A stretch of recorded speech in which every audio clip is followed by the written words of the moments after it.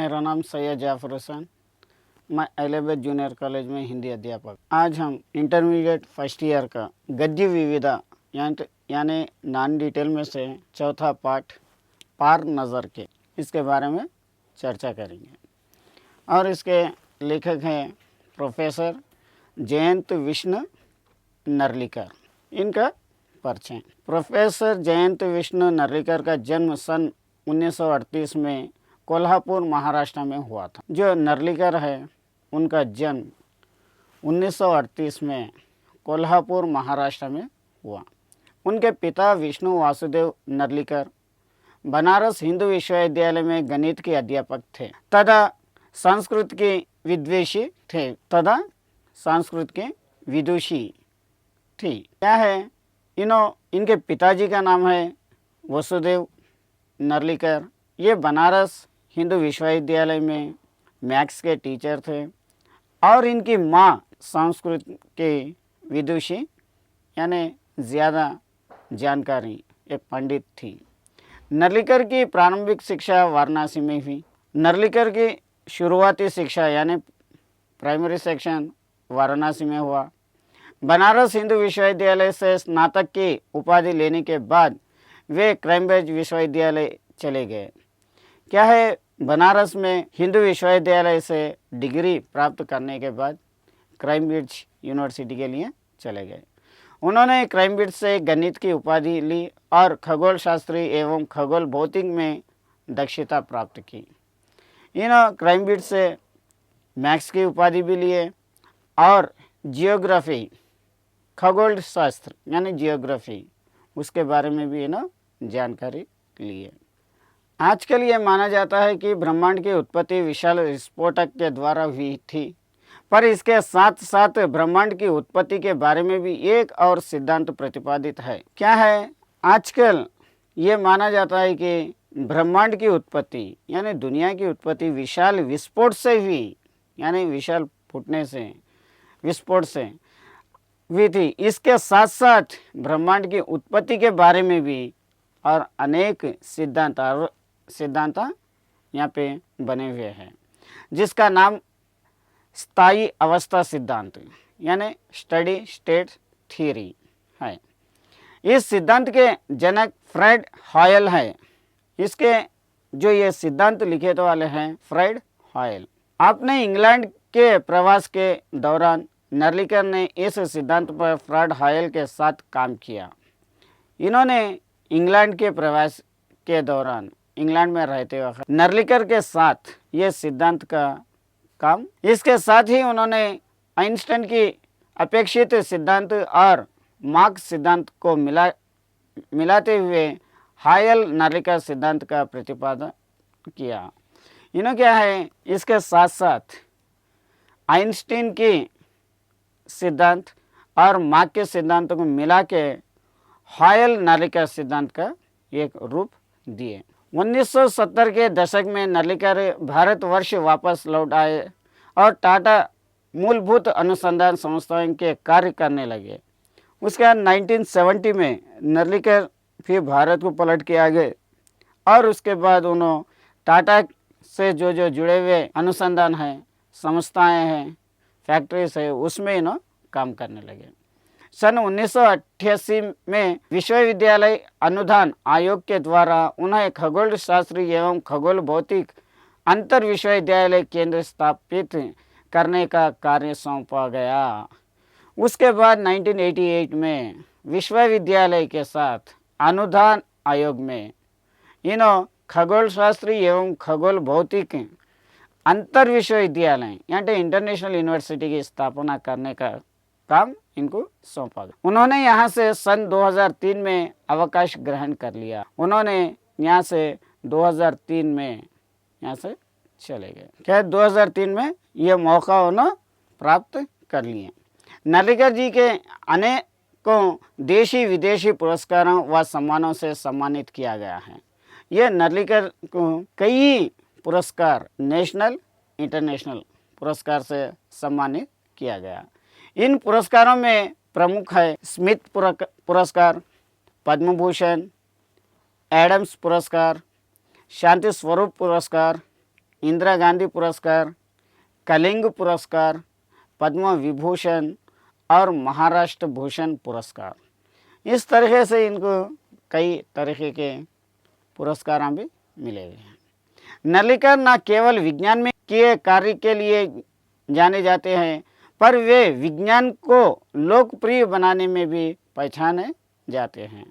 सिर्फ इन्हों विज्ञान जो है उसमें काम करने वालों के लिए जाने नहीं जाते, बल्कि विज्ञान से भी उन्हें लोकप्रिय जाने के ये विज्ञान का काम करते हुए भी इन्हों दूसरों को पहचान देते हैं। साहित्य में विज्ञान का तालमेल कठिन कार्य है। जो हिंदी साहित्य में जो विज्ञान है, फिजिकल हो दो या जो भी हो दो, विज्ञान नॉलेज जो है उसका तालमेल बहुत मुश्किल है, किंतु इस कार्य को नार्लिकर ने अपनी लेखनी से सरल बनाया और सामान्य पाठकों को भी विज्ञान की ओर आकर्षित किया। क्या है, इन्हों नार्लिकर जो अपनी लिखावट से यानी आसानी तरीके से सबको समझ में आए तो ऐसा इन्हों लिखते गए और हर एक को भी उनके तरफ आकर्षित करते गए।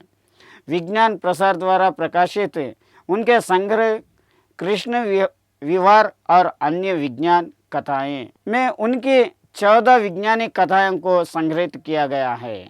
क्या है, विज्ञान को प्रसार करने के लिए कृष्ण विवार और अन्य विज्ञान कथाएं, इसमें से ये किताब है, इसमें से 14 कहानियों को इसमें से लिया गया है, जिसमें उनकी चर्चित कहानियाँ कृष्ण विवार, 9 लाख हार और धूमकेतु भी शामिल है। इसमें उनके चर्चित कहानियाँ यानी उनके मशहूर कहानियाँ कृष्ण विहार, 9 लाख हार और धूमकेतु, ये भी ये कहानियों में शामिल है। इनके अतिरिक्त संग्रह में शामिल विज्ञान कथाएं हैं अंतिम विकल्प, दाई सूंड के गणेश जी, टाइम मशीन का करिश्मा, पुत्रवती भाव, अहंकार, वायरस, तरश्मा, ट्राई का घोड़ा, छिपा हुआ तारा, विस्फोट एवं यक्षों की देन, ये इनके प्रमुख रचनाएं हैं। प्रस्तुत कहानी का हिंदी अनुवाद श्रीमती रेखा देशपांडे ने किया है। जो अब कहानी पार नज़र की पढ़ने जा रहे हैं, इसका अनुवाद श्रीमती रेखा देशपांडे लिखे हैं। ये कहानी मंगल ग्रह की है। मंगलवासी सतह के लिए नीचे रहते हैं। ये कहानी क्या है, मंगल ग्रह से है।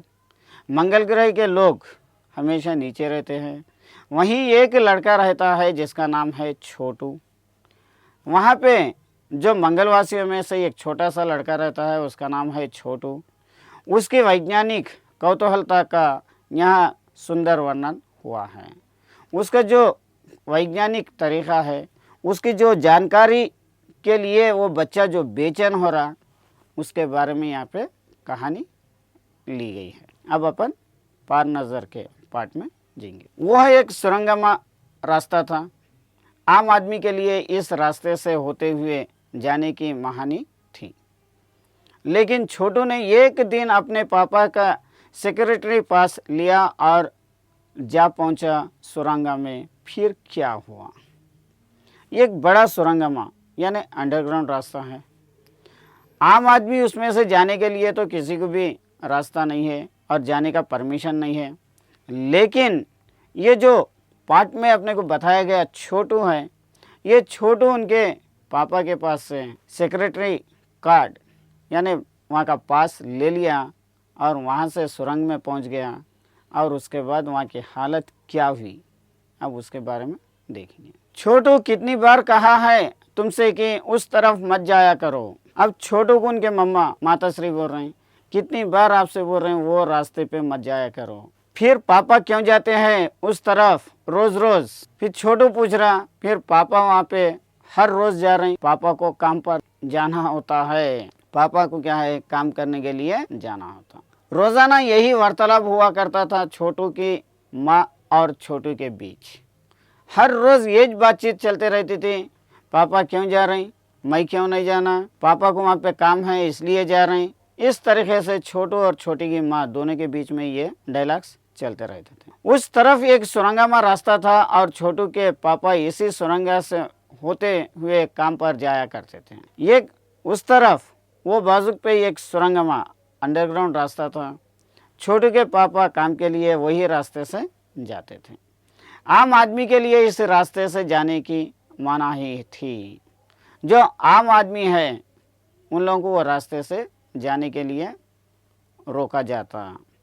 चंद चुनिंदा लोग ही इस सुरंगमा रास्ते का इस्तेमाल कर सकते थे और छोटू के पापा इन्हीं चुनिंदा लोगों में से एक थे। थोड़े से लोग, गिने चुने लोग ये रास्ते से जा सकते थे और छोटू के पापा भी काम करने वाले थे, तो वही रास्ते से वो चंद चुनिंदा लोग जो है उसमें से इन्हों एक थे, इसलिए छोटू के पापा भी वहाँ से जाया करते थे। आज छुट्टी थी और छोटू के पापा घर ही पर आराम फरमा रहे थे। आज छुट्टी का दिन था। छोटू के पापा घर में काम कर रहे थे। नज़र बचा के चोरी छुपे छोटू ने पापा का सेक्रेटरी पास हथियाया ही लिया और चल दिया सुरंगा की तरफ। और पापा आराम कर रहे थे यानी सो जा रहे थे, तो छोटू उनकी नज़र छुपा के यानी चोरी से वो पास निकाल लिया और वहाँ से सुरंगमा की ओर चले गया। वैसे तो उनकी पूरी कॉलोनी ही ज़मीन के नीचे बसी थी। वैसा तो देखा गया तो इन लोगों के पूरे मकानात, कॉलोनी जो भी है, अंडरग्राउंड में थे। यह जो सुरंगमा रास्ता था, अंदर दिए जल रहे थे और प्रवेश करने से पहले एक बंद दरवाजे का सामना करना पड़ता था। क्या है, ये सुरंगमा के अंदर दिए जले हुए रहते थे रास्ता दिखने के लिए, और उससे पहले एक बंद दरवाज़ा भी रहता था। वो बंद दरवाजे का सामना करके इन्हों सुरंग में जाना था। दरवाजे में एक खांच बना हुआ था। दरवाजे में एक पास अंदर डालने के लिए, यानी जैसा कि एटीएम मशीन में एटीएम पैसे निकालने के लिए जो इस्तेमाल करते वैसा खांच बने हुआ था। छोटू ने खांच में कार्ड डाला, तुरंत दरवाज़ा खुल गया। जैसे कि कार्ड वो खांच में डाला और दरवाज़ा खुल गया। छोटू ने सुरंगा में प्रवेश किया। छोटू क्या है, ये सुरंगा में चले गया। अंदर वाले खांच में सेक्रेटरी पास आ पहुंचा था। जो अंदर सेक्रेटरी पास आ गया था उसे उठा लिया। दरवाज़ा खुलने के बाद सेक्रेटरी पास अंदर आया और उन्हें उठा लिया। कार्ड उठाते ही दरवाज़ा बंद हुआ। जैसा कार्ड उन्हें उठा लिया वैसा दरवाज़ा बंद हुआ। छोटू ने चारों तरफ नज़र दौड़ाई। सुरंग में वह रास्ता ऊपर की तरफ जाता था। फौरन छोटू क्या है, चारों तरफ नज़र फैला के देखा और वो जो सुरंग में रास्ता है वो ऊपर के तरफ, ज़मीन के ऊपर के तरफ, यानी अंडरग्राउंड से बाहर निकलने की तरफ जा रहा था। यानी ज़मीन के ऊपर का सफ़र कर आने का मौका मिल गया था। यानी अंडरग्राउंड से बाहर निकल के वहाँ की सैर करने का मौका इसे मिल गया था। मगर कहाँ, लेकिन ये ऐसा कैसा हो सकता। मौका हाथ लगते ही फिसल गया। जैसे कि उसे मौका मिला था वो फिर हाथ से फिसल गया। सुरंग में जगह जगह लगाए निरीक्षक यंत्रों की जानकारी छोटू को नहीं थी। वहाँ पे जो हर एक के ऊपर नज़र रखने की जो जानकारी है ये छोटू को नहीं मालूम थी। वो चारों तरफ देखने के लिए सीसी कैमरास वगैरह लगे हुए थे, वो उसे नहीं मालूम था। मगर छोटू के प्रवेश करते ही पहले निरीक्षण यंत्र में संदेहास्पद स्थिति दर्शाने वाली हरकत हुई। क्या है, पहले जो कैमरे में देखने वाला है उसको एक संदेहास्पद स्थिति लगने लगी। इतने छोटे कद का व्यक्ति सुरंग में कैसा आया? इतना छोटा सा आदमी ये अंडरग्राउंड में कैसा आया? दूसरे निरीक्षक यंत्र में तुरंत तो छोटी की तस्वीर खींच ली और दूसरे तरफ उन्होंने छोटू की तस्वीर फोटो खींच लिए। किसी एक नियंत्रण केंद्र में इस तस्वीर की जांच की गई और खतरे की सूचना दी गई, और तीसरे तरफ इसकी पूरी तस्वीर की जांच करें और यहाँ पे ये खतरा मंडरा रहा बोल के सब लोगों को अलर्ट किया गया। इन सारी गतिविधियों से अनजान छोटू आगे बढ़ रहा था। ये गतिविधियाँ, ये जो तरीक़े हैं वो सब अनजान, इसे मालूम नहीं है, लेकिन छोटू तो आगे जा रहा था। तभी जाने कहाँ से सिपाही दौड़ चले आए। जब तक कोई सिपाहियाँ वहाँ पे इसे पकड़ लेने आ गए। छोटू को पकड़ के वापस घर छोड़ आए। छोटू को पकड़ लिए और घर को ले लेके गए। घर पर माँ छोटू का इंतज़ार कर रही थी। घर पे माँ छोटू का इंतज़ार करते हुए थी। बस अब छोटू की खैरियत ना थी। अब क्या है, छोटू को तो सिपाहियाँ पकड़ के लेके आ रहे हैं घर को। अब छोटू की तो खैरियत, यानी उसको मारपीट हो सकती। छोटू के पापा ना होते तो छोटू का बचना मुश्किल था। वो टाइम पे छोटू के पापा वहाँ पे नहीं रहते थे तो छोटू को माँ डांटती डपटती थी। छोड़ो भी, यानी पिताजी बोल रहे हैं बच्चे को छोड़ो, मैं इसे समझा दूंगा सब, मैं हर एक चीज़ इसे समझा दूंगा ये बच्चे को, फिर वो ऐसी गलत कभी नहीं करेगा, फिर ऐसा गलत काम उन्होंने कभी नहीं करता। पापा ने छोटू को बचा लिया। बोले छोटू, मैं जहाँ काम करता हूँ ना वो क्षेत्र ज़मीन से ऊपर है। जब छोटू को ना समझाने लगे, छोटू जहाँ पे मैं काम करता ना वो ज़मीन के ऊपर है, आम आदमी वहाँ नहीं जा सकता क्योंकि वहाँ के माहौल में जी ही नहीं सकता। जो आम लोग हैं वहाँ पे जा नहीं सकते क्योंकि वहाँ का जो माहौल है बुरा है, वहाँ पे जी नहीं सकता। तो फिर आप कैसे जाते हैं वहाँ? छोटू का सवाल लाजमी था। फिर आम लोग तो नहीं जा सकते, फिर आप कैसे जा रहे हैं वहाँ पे? छोटू पापा से पूछा। मैं वहाँ एक ख़ास किस्म का स्पेस सूट पहन कर जाता हूँ। मैं ज़मीन के ऊपर एक ख़ास किस्म का एक स्पेस सूट रहता, वो पहन के जाता हूँ। इस स्पेस सूट से मुझे ऑक्सीजन मिलता है। ये जो सूट मैं पहन के जाता हूँ उससे मुझे ऑक्सीजन मिलता है जिससे मैं सांस ले सकता हूँ। जो ये ऑक्सीजन मिलने की वजह से मैं सांस ले सकता हूँ। इसी स्पेस सूट की वजह से बाहर की ठंड से मैं अपने आप को बचा सकता हूँ। ये जो सूट पहनने की वजह से बाहर की जो ठंड है उससे मैं बचा सकता हूँ। ख़ास किस्म के जूते की वजह से ज़मीन के ऊपर मैं चलना मुमकिन होता है और शूज़ भी ख़ास किस्म के हैं, वो पहनने की वजह से मैं ज़मीन के पर चल सकता हूँ।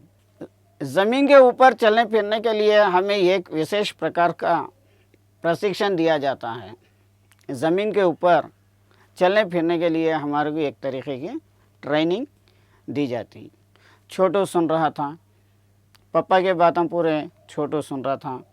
पापा आगे बताने लगे, ये एक समय था जब अपने मंगल ग्रह पर सभी लोग ज़मीन के ऊपर ही रहते थे। अब यहाँ पे कहानी बता रहे थे, ये टाइम था, वो टाइम पे मंगल ग्रह के सभी लोग ये ज़मीन पे रहते थे बगैर किसी तरह के यंत्र की मदद के।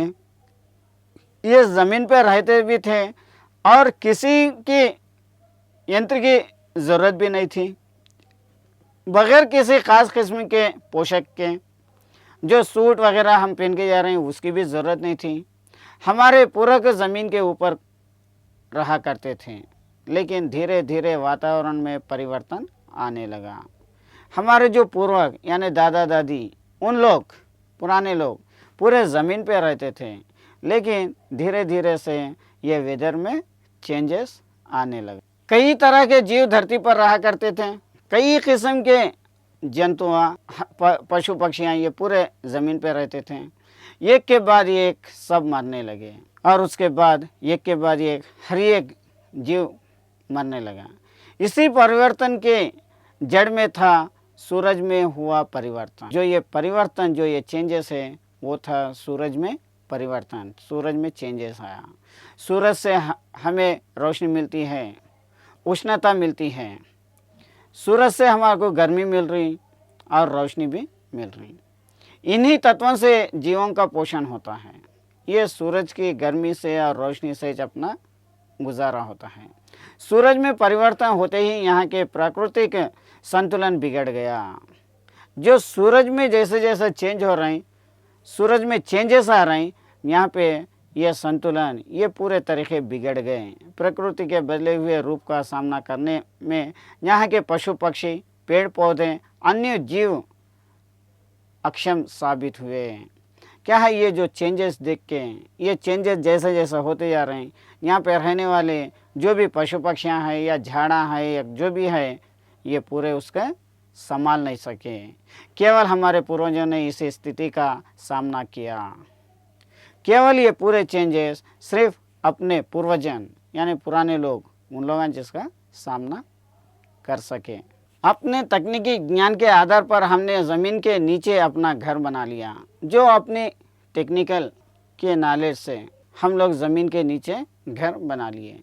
ज़मीन के ऊपर लगे विभिन्न यंत्रों के सहारे हम सूर्य शक्ति, सूरज की रोशनी और गर्मी का इस्तेमाल करते आ रहे हैं। ये जो ज़मीन के ऊपर जो मिशना लगे हुए हैं, उसके सहारे सूर्य की शक्ति यानी सूर्य की ताकत और सूर्य की रोशनी और उसकी गर्मी, ये सब का अपन इस्तेमाल कर रहे हैं। उन्हीं यंत्रों के सहारे हम यहाँ ज़मीन के नीचे जी रहे हैं, उसके सहारे हम ज़मीन के नीचे रह रहे हैं। यंत्र सुचारू रूप से चलते रहें, इसके लिए बड़ी सतर्कता बरतनी पड़ती है। ये जो यंत्र, जो मशीनरियाँ हैं, वो सही तरीके से बिना रुके चलते रहना है। इसके लिए हर एक जने भी इसके ऊपर लगे हुए रहते हैं, यानी होशियार होकर रहते हैं। मुझे जैसे कुछ चुनिंदा लोग इन यंत्र का ध्यान रखते हैं, जैसे हम जैसे लोग, ये चंद चुनिंदा लोग जो है, उन लोग ये मिशनों के पे नज़र रखते हुए रहते हैं। बड़ा हो जाऊंगा तो मैं भी यही काम करूंगा, छोटू ने अपनी मंशा जाहिर की। छोटू क्या बोल रहा, अगर से मैं बड़ा हूँगा तो ये काम करूँगा। बिल्कुल, मगर उसके लिए खूब पढ़ना होगा, माँ और पापा की बात सुननी होगी। माँ ने कहा ठीक है, पढ़ो, बिल्कुल पढ़ो और कहे कि ये काम करो, लेकिन इसके लिए खूब पढ़ना होगा और माँ बाप की बात सुनते रहना। बल्कि माँ छोटू से बोल रही थी। दूसरे दिन छोटू के पापा काम पर चले गए और दूसरे दिन छोटू के पापा काम पे चले गए थे। देखा तो कंट्रोल रूम का वातावरण बदल बदल सा था। छोटू के पापा काम पे चले गए थे, वहाँ जाने के बाद कंट्रोल रूम को देखे तो वहाँ के वेदर पूरा चेंज था, वहाँ का वातावरण पूरा बदला हुआ सा था। शिफ्ट ख़त्म कर घर जा रहे स्टाफ के प्रमुख ने टीवी स्क्रीन की तरफ इशारा किया। जो शिफ्ट यानी अपनी ड्यूटी ख़त्म करके घर को जाने वाला जो दूसरा आदमी है, उन्होंने टीवी स्क्रीन के ऊपर इनको इशारा किया। स्क्रीन पर एक बिंदु झलक रहा था। ये स्क्रीन के ऊपर क्या है, एक डॉट दिख रहा था, बिंदु झलक रहा था। वो बताने लगा ये कोई आसमान का तारा नहीं है, क्योंकि कंप्यूटर से पता चल रहा है कि वो अपनी जगह अड़िंग नहीं रहा है। ये स्क्रीन के ऊपर ये बिंदु जो देख के उन लोग ये है कि ये कोई आसमान से एक तारा नीचे नहीं गिर रहा, क्योंकि कंप्यूटर से ये मालूम हो रहा कि वो जो बिंदु है एक जगह ठहर के नहीं है, वो फैलते हुए जा रहा। पिछले कुछ घंटों के दौरान इसने अपनी जगह बदल ली। पिछले कितने घंटों से हम इसे देखते हुए आ रहे हैं, लेकिन ये बिंदु जो है जगह बदलते हुए आ रही है। कंप्यूटर के अनुसार ये हमारी धरती के तरफ बढ़ता चला आ रहा है। कंप्यूटर जो इशारा दे रहा उसके तरफ से देखा गया तो, कंप्यूटर के नज़र से देखा गया तो वो जो बिंदु है वो हमारे तरफ बढ़ते हुए आ रही। अंतरिक्ष यान तो नहीं है, ये तो अंतरिक्ष यान तो नहीं है। छोटू के पापा ने अपना संदेह प्रकट किया। छोटू के पापा अपना जो डाउट है वो सामने रखे। संदेह हमें भी है, आप अब इस पर बराबर ध्यान रखिएगा। ये तो डाउट हमारे को भी है, इसलिए अब यहाँ पे आप पूरा ध्यान, पूरी नज़र इस पे रखिए। छोटू के पापा सोच में डूब गए, क्या सचमुच अंतरिक्ष यान होगा? अब इन्हों सोचने लग गए, क्या यह सचमुच अंतरिक्ष का यान है क्या? कहाँ से आ रहा होगा ये अंतरिक्ष यान? कहाँ से आ रहा होगा? सौरमंडल में हमारी धरती के अलावा और कौन सा ग्रह जीवों का अस्तित्व होगा? कैसे हो सकता है? क्या है ये सौरमंडल में हमारी धरती के अलावा और कौन सा ग्रह जीवों का अस्तित्व बनता? वे कैसा हो सकता है? और अगर होगा भी तो क्या इतनी प्रगति कर चुका होगा कि अंतरिक्ष यान छोड़ सकें? अगर से रह भी गया तो क्या इतना जल्दी ये डेवलप हो गया क्या अंतरिक्ष यान छोड़ के आने के लिए? वैसे तो हमारे पूर्वजों ने भी अंतरिक्ष यानों उपग्रहों का प्रयोग किया था। वैसे तो हमारे पुराने लोग भी अंतरिक्ष यानों का और उपग्रहों का, सैटेलाइट्स का भी इस्तेमाल करे थे, मगर अब हमारे लिए ये असंभव है।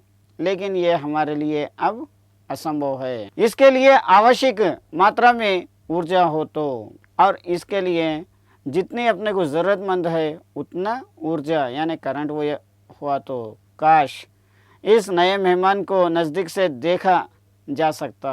काश ये जो बिंदु आ रही वो क्या है तो अपन नज़दीक से देख सकते हैं। हाँ, अगर वहीं इसी तरफ आ रहा होगा तब तो ये संभव हो सकेगा, देखें। हाँ, अगर से वो यंत्र इसी तरफ आ रहा तो हम लोग उसे देख सकते हैं। अब अंतरिक्ष यान से एक यांत्रिक हाथ बाहर निकाला, हर पर उसकी लंबाई बढ़ती ही जा रही थी। अब क्या है, वो अंतरिक्ष यान आ रहा और उसके बाद उसमें से एक हाथ निकल रहा, वो हाथ की लंबाई बढ़ते हुए जा रही। छोटू के पापा ने अवलोकन जारी रखा। छोटू के पापा उसे देखते हुए रहे। कॉलोनी की प्रबंध समिति की सभा बुलाई गई थी। वहाँ पे कॉलोनी के जो मेंबर्स हैं उन लोगों को सबको यहाँ पे मीटिंग के लिए बुलाया गया था। अध्यक्ष भाषण दे रहे थे। जो अध्यक्ष हैं उन्होंने भाषण दे रहे थे। हाल ही में मिली जानकारी से पता चलता है कि 2 अंतरिक्ष यान हमारे मंगल ग्रह के तरफ बढ़ते चले आ रहे हैं। जो हाल में अपने को इत्तला मिली कि जानकारी मिली कि 2 अंतरिक्ष यान हमारे मंगल ग्रह के तरफ आ रहे। इसमें से एक अंतरिक्ष यान हमारे गिर्द चक्कर काट रहा है, उसमें से एक अंतरिक्ष यान हमारे आसपास चक्कर मार रहा। कंप्यूटर के अनुसार ये अंतरिक्ष यान नज़दीक के ही किसी ग्रह से छोड़े गए हैं। कंप्यूटर के हिसाब से देखा गया तो अंतरिक्ष यान ये कई करीब के ग्रह से छोड़े गए हुआ हैं। ऐसे हालत में हमें क्या करना चाहिए, इसकी कोई सुनिश्चित योजना बनानी ज़रूरी है। इसके लिए हम क्या करना है, इसका प्लान अपने को बनाना ज़रूरी है। नंबर 1 आपका क्या ख्याल है? अब वहाँ पे नंबर 1, नंबर 2, नंबर 3 यानी यूनियंस बने हुए हैं बड़े लोग। उन लोगों से एक पूछ ले रहे हैं कि आपका क्या ख्याल है। कॉलोनी की सुरक्षा की पूरी जिम्मेदारी नंबर 1 पर, कॉलोनी के पूरों की देखभाल करने की जिम्मेदारी नंबर 1 पे थी। बोलने आरंभ किया। उन्होंने थोड़े कागज़ उठाते हुए कुछ बोलने लगा। इन दिनों अंतरिक्ष यानों को जला कर खाक कर देने की क्षमता हम रखते हैं। इन दिनों में यानी आज के ज़माने में जो अंतरिक्ष यान है उसको जला सकते, वो ताकत अपने में है, मगर इससे हमें कोई जानकारी हासिल नहीं हो सकेगी। लेकिन अगर से इसको भी जला दिए तो उसकी जानकारी अपने को तो कुछ हासिल नहीं होती। अंतरिक्ष यान बेकार कर ज़मीन पर उतारने पर मजबूर कर देने वाले यंत्र हमारे पास नहीं है। जो अंतरिक्ष यान को बेकार करके उसे ज़मीन पर उतारने के मजबूर होने के लिए कुछ करेंगे तो ये अपने पास ऐसे यंत्र कुछ नहीं है। हालांकि अगर ये अंतरिक्ष यान खुद ब खुद ज़मीन पर उतरते हैं, लेकिन ये जो अंतरिक्ष यान है खुद ब खुद ज़मीन पर उतरते हैं, तो उन्होंने बेकार कर देने की क्षमता हमें अवश्य है, तो उसे बेकार करने की क्षमता अपने में है। मेरी जानकारी के अनुसार इन अंतरिक्ष यानों में सिर्फ यंत्र है। क्या है, मेरी जानकारी के हिसाब से ये जो अंतरिक्ष यान है उसमें सिर्फ एक यंत्र है। किसी तरह का जीव इसमें सवार नहीं है, किसी तरीके का इंसान इसमें नहीं है या कुछ भी जीव इसमें नहीं है। नंबर 1 की बात सही लगती है, जो नंबर 1 बोल रहा है वो बात सही लग रही। नंबर 2 एक वैज्ञानिक थे। अब नंबर 2 एक वैज्ञानिक साइंटिस्ट है, उन्होंने बोल रहे हैं, वे बोले हालांकि यंत्र को बेकार कर देने में भी ख़तरा है। और ये साइंटिस्ट उन्हें क्या बोल रहे हैं, ये यंत्र को बेकार करने भी अपने लिए यह ख़तरा है। इसके बेकार होते ही दूसरे ग्रह के लोग हमारे बारे में जान जाएंगे। जो अगर से अपन इसको बेकार कर देंगे तो दूसरे ग्रह के लोग जो है वो अपने बारे में पूरा जान लेते हैं। इसलिए मेरी राय में हमें सिर्फ अवलोकन करते रहना चाहिए। इसलिए मेरा राय यह है कि सिर्फ अपन इसको देखते रहना है क्या करने वाला है। जहाँ तक हो सके हमें अपने अस्तित्व को छुपाए ही रखना चाहिए, क्योंकि हो सकता है जिन लोगों ने अंतरिक्ष यान भेजे हैं वे कल को इससे भी बड़े सक्षम अंतरिक्ष यान भेजें। हाँ, जहाँ तक हम लोग अपने जो अस्तित्व है, जो अपनी नॉलेज है, उसे छुपा के रखना है, क्योंकि दूसरे ग्रह के लोग इसके बारे में पहचान लेंगे और बड़े बड़े यंत्र भेजेंगे, ये अंतरिक्ष यान बड़े बड़े भेजेंगे और इसके ज़रिए से पूरा जानकारी लेंगे। हमें यहाँ का प्रबंध कुछ इस तरह रखना चाहिए जिससे इन यंत्र को यह गलतफहमी हो कि इस ज़मीन पर कोई भी चीज़ इतनी क्या है, हम यहाँ पे ऐसी प्रबंध कर लेना है, ऐसी चीज़ें प्रबंध करना है कि यहाँ पे ऐसा कोई यंत्र नहीं है कि इसे पकड़ सके। यह गलतफहमी उन लोगों को आना है। जो यंत्र है उसको उन लोग बड़े बड़े यंत्र ना भेज सके। और ये भी है कि जिस इस यंत्र को यह गलतफहमी हो कि इस ज़मीन पर कोई भी चीज़ इतनी महत्वपूर्ण नहीं है कि जिससे वे लाभ उठा सके। ये ज़मीन पे, ये मंगल ग्रह पे ऐसी इतनी कीमती चीज़ कुछ भी नहीं है कि उससे हम फ़ायदा उठा सकें। अध्यक्ष महोदय से मैं यह दरख्वास्त करता हूं कि इस तरह का प्रबंध हमारे यहाँ किया जाए। नंबर 3, सामाजिक व्यवस्था का काम देखते थे। क्या है, इस तरीके से उन लोग हर एक तरीके की प्रबंध करने के लिए बोल रहे थे।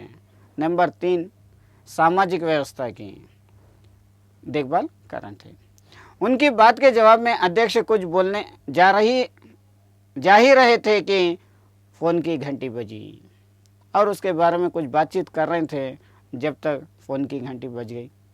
अध्यक्ष ने चेंज उठाया। 1 मिनट बाद सभा को संबोधित करते हुए उन्होंने कहा, भाइयों, अंतरिक्ष यान क्रमशः एक हमारी ज़मीन पर उतर चुका है। फ़ौरन फ़ोन उठाए, फ़ोन पर बात करे। उसके बाद ये मीटिंग में बोलते बोलते उन्होंने बोले, अंतरिक्ष एक यंत्र हमारे ज़मीन पे उतर चुका है। वो दिन छोटू के लिए बड़ा ही महत्वपूर्ण दिन था। उस दिन जो यंत्र उतरा तो दिन छोटू के लिए बहुत बड़े महत्वपूर्ण दिन था। पापा उस कंट्रोल रूम में ले गए थे। उनके पापा कंट्रोल रूम में ले गए थे। यहाँ से अंतरिक्ष यान क्रमशः एक साफ नज़र आ रहा था। यहाँ से जो अंतरिक्ष यान जो उतरा वो साफ नज़र दिख रहा था। कैसा अजीब लग रहा है यहाँ, इसके अंदर क्या होगा? पापा छोटू ने, ये यंत्र कैसा अजीब लग रहा, ये हाथ देखिए कितना लंबा होते हुए इधर आ रहा, इसके अंदर क्या होगा पापा? बोलकर छोटू अपने पापा से पूछा। अभी नहीं बताया जा सकता, दूर से ही इसका निरीक्षण जारी है। अभी क्या चीज़ है इसके अंदर ये तो नहीं बता सकते, बल्कि दूर से उसको देख लेते हैं। उस पर बराबर हमारा ध्यान है और उसके हर अंग पर हमारा नियंत्रण है। वो जो बिंदु है, जो हाथ है, उसके पर बराबर इनकी नज़र है और इनका पूरा नियंत्रण यानी पूरा कंट्रोल उसके पर है। वक्त आने पर ही हम अगला कदम उठाएंगे, छोटू के पापा ने बताया। मौका मिलते इसके बाद क्या करना है सोचेंगे, बल्कि छोटू के बाबा बोलते गए। उन्होंने छोटू को एक कंसोल दिखाया जिस पर कई बटन थे। क्या है, जैसा कंप्यूटर के कीबोर्ड रहता है वैसा एक कीबोर्ड बताए, उसके पर कई सारे बटन थे। अब अंतरिक्ष यान से एक यंत्र हाथ बाहर निकाला, फिर अंतरिक्ष यान से एक हाथ बाहर निकला। हर पल उसकी लंबाई बढ़ती जा रही थी। वो शायद ज़मीन तक मिट्टी उका लेकर चाहता था। वो यंत्र बाहर निकला और उसकी लंबाई बढ़ती जा रही थी। वो हाथ की लंबाई बढ़ती जा रही थी और शायद वो ज़मीन के ऊपर की मिट्टी लेना चाह रहा था।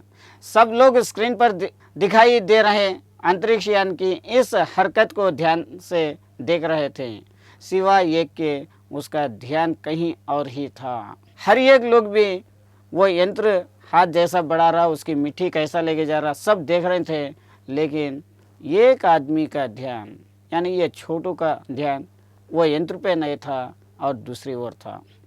छोटू का सारा ध्यान था कंसोल पैनल पर, जो छोटू का ध्यान पूरा वो कीबोर्ड पर था। कंसोल का एक बटन दबाने की अपनी इच्छा को वह रोक नहीं पाया। उसमें से एक बटन दबाने की ख्वाहिश उसको थी, उसे रोक नहीं सका। वो लाल लाल बटन उसे बरबस अपनी तरफ खींच रहा था। उसमें एक लाल बटन था, वो इसको बार बार उसको दबाने की ख्वाहिश हो रही थी। और सहसा खतरे की घंटी बजी। फ़ौरन वहाँ पे ये खतरे की घंटी बजी। सबकी निगाहें कंसोल की तरफ मुड़ी और सबके निगाहें वो कीबोर्ड की तरफ पलटे। पापा ने छोटू को अपनी तरफ खींचते हुए एक झापड़ रसीद कर दिया और लाल बटन को पूर्व स्थिति में ला रखा। और पापा क्या करें, गुस्से से छोटू को एक कलेगे पर झापड़ रखे और वो लाल बटन को कंट्रोल में लेके आए। फिर जैसे कि वैसा करें, मगर उस तरफ अब अंतरिक्ष यान के उस यांत्रिक हाथ की हरकत सहसा रुक गई थी। यंत्र बेकार हो गया था। अब क्या है, जो अंतरिक्ष यान से जो हाथ आ रहा था उसकी हरकत रुक गई, वो बेकार हो गया था। उधर पृथ्वी पर national aeronautic and space administration यानी नासा द्वारा प्रस्तुत वाक्यांश ने सबका ध्यान अपनी तरफ आकर्षित कर लिया। जो नासा से जो प्रस्तुत हुआ वो सबका ध्यान अपनी ओर आकर्षित हुआ कि क्या है। मंगल की धरती पर उतरा हुआ अंतरिक्ष यान वाईविफंग अपना निर्धारित कार्य कर रहा है। यहाँ पे अनाउंसमेंट क्या हुआ, मंगल ग्रह पे जो यंत्र भेजे वो अपना काम कर रहा है। हालांकि किसी के अज्ञात कारणवश अंतरिक्ष यान का यांत्रिक हाथ बेकार हो गया है। हालांकि ये यंत्र तो वहाँ तक पहुँच गया, लेकिन कुछ वजह से उसका हाथ की हरकत रुक गई। नासा के तकनीशियन इस बारे में जांच कर रहे हैं तथा इस यंत्र का हाथ को दुरुस्त करने के प्रयास भी जारी है। नासा के जो तकनीशियंस हैं उन लोग इसके बारे में जानकारी कर रहे हैं और उसका हाथ दुरुस्त करने के लिए कोशिश कर रहे हैं। इसके कुछ ही दिनों बाद पृथ्वी के सभी प्रमुख अखबारों ने छापा। इसके बाद थोड़े दिनों के बाद फिर ज़मीन पे जो अखबार न्यूज़पेपर हैं उसमें क्या छपा हुआ है वो भी देखिए। नासा के तकनीशियनों को रिमोट कंट्रोल के सहारे वाइकिंग को दुरुस्त करने में सफलता मिली है। नासा के जो तकनीशियन हैं उन लोगों को रिमोट कंट्रोल से वो जो हाथ को दुरुस्त करने का मौका मिल गया।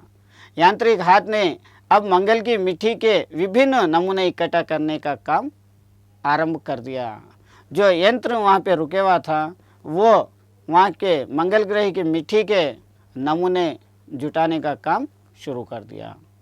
पृथ्वी के वैज्ञानिक मंगल की इस मिट्टी का अध्ययन करने के लिए बड़े उत्सुक थे। जो ज़मीन पे जो साइंटिस्ट हैं जो मंगल ग्रह की मिट्टी से जानकारी करने के लिए, उस मिट्टी की जानकारी करने के लिए बहुत ख्वाहिशमंद थे।